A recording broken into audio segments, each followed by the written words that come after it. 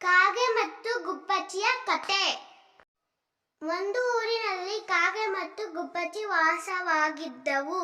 ಕಾಗೆ ಮತ್ತು ಗುಬ್ಬಚ್ಚಿಯು ಒಳ್ಳೆ ಸ್ನೇಹಿತರಾಗಿದ್ದರು. ಆದರೆ ಒಂದು ದಿನ ಜೋರಾಗಿ ಮಳೆ ಬಂದಿತ್ತು. ಆಗ ಕಾಗೆಯ ಮನೆ ಬಿದ್ದು ಹೋಯಿತು. ಆಗ ಕಾಗೆಗೆ ತುಂಬಾ ಗಾಬರಿಯಾಗಿತ್ತು. ಈಗ ನಾವು ಎಲ್ಲಿಗೆ ಹೋಗುವುದು? ಮಳೆಯು ಇನ್ನೂ ಜೋರಾಗಿ ಬರುತ್ತಿದೆ. ಅಯ್ಯೋ ದೇವರ, ಮಳೆ ನಿಲ್ಲುವ ಲಕ್ಷಣನೇ ಕಾಣುತ್ತಿಲ್ಲ. ಕಾಗೆ ತನ್ನ ಮರಿಗಳ ಜೊತೆ ಗುಬ್ಬಚ್ಚಿಯ ಮನೆಗೆ ಬಂದವು. ಆಗ ಕಾಗೆಯು ಗುಬ್ಬಚ್ಚಿ ಮನೆ ಬಾಗಿಲನ್ನು ತಟ್ಟುತ್ತಾ ಗುಬ್ಬಕ್ಕ ಗುಬ್ಬಕ್ಕ ಎಂದು ಕರೆದಿತ್ತು. ಆಗ ಗುಬ್ಬಚ್ಚಿಯು ಬಂದು ಬಾಗಿಲನ್ನು ತೆಗೆಯಿತು.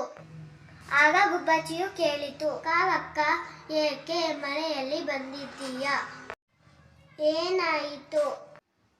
ಆಗ ಕಾಗೆಯು ಹೇಳಿತು, ಗುಬ್ಬಕ್ಕ ಗುಬ್ಬಕ್ಕ, ಜೋರಾದ ಮಳೆಗಾಳಿಯಿಂದ ನನ್ನ ಮನೆಯು ಬಿದ್ದು ಹೋಗಿದೆ.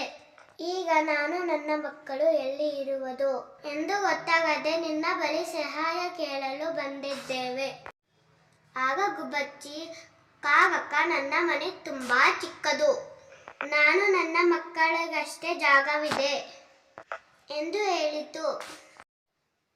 ಆಗ ಕಾಗೆಯು ಹೇಳಿತು, ಗುಬ್ಬಕ್ಕ, ಹಾಗೆ ಹೇಳಬೇಡ. ನಿನ್ನನ್ನೇ ನಂಬಿಕೊಂಡು ಬಂದಿದ್ದೇನೆ. ಮಳೆಯು ನಿಂತಾಗ ಹೋಗುತ್ತೇನೆ ಎಂದಿತು. ಆಗ ಗುಬ್ಬಚ್ಚಿಯು, ನಿನಗೆ ಅಭ್ಯಂತರ ಇಲ್ಲ ಅಂದರೆ ನಮ್ಮ ಮನೆಯಲ್ಲಿ ಸ್ಟೋರ್ ರೂಮ್ ಇದೆ. ನೀನು ನಿನ್ನ ಮಕ್ಕಳು ಅಲ್ಲಿ ಇರಬಹುದು. ಅದಕ್ಕೆ ಕಾಗೆಯು ಒಪ್ಪಿಕೊಂಡಿತು. ಆಗ ಕಾಗೆಯು ಮತ್ತು ಮರಿಗಳು ಸ್ಟೋರ್ ರೂಮ್ನಲ್ಲಿ ಮಲಗಿದವು. ಆಗ ಕಾಗೆಯ ಮರಿಗಳಿಗೆ ತುಂಬಾ ಹಸಿವಾಗುತ್ತಿತ್ತು. ಆಗ ಕಾಗೆ ಮರಿಗೆ ಅಲ್ಲೇ ಇರುವ ಚೀಲ ಕಾಣಿಸಿತು. ಅಮ್ಮ, ಅಲ್ಲಿ ನೋಡು, ಚೀಲದಲ್ಲಿ ಏನೋ ಇದೆ. ಆಗ ಕಾಗೆಯು ಬಂದು ಚೀಲದಲ್ಲಿ ಏನಿದೆ ಎಂದು ನೋಡಿತು. ಆಗ ಚೀಲದಲ್ಲಿ ಕಡಲೆಕಾಯಿ ಇದ್ದವು. ಆಗ ಕಾಗೆ ಮತ್ತು ಮರಿಗಳಿಗೆ ತುಂಬಾ ಸಂತೋಷವಾಗಿತ್ತು. ಆಗ ಎಲ್ಲವನ್ನು ತಿಂದು ಬಿಟ್ಟವು. ಚೆನ್ನಾಗಿ ತಿಂದು ಒಟ್ಟುಗಳನ್ನು ಅದೇ ಚೀಲದಲ್ಲಿ ತುಂಬಿದ್ದವು. ಗುಬ್ಬಚ್ಚಿಗೆ ಹೇಳದೆ ಮನೆ ಬಿಟ್ಟು ಓಡಿ ಹೋದವು. ಗುಬ್ಬಚ್ಚಿ ಬೆಳಗ್ಗೆ ಬಂದು ನೋಡಿತು.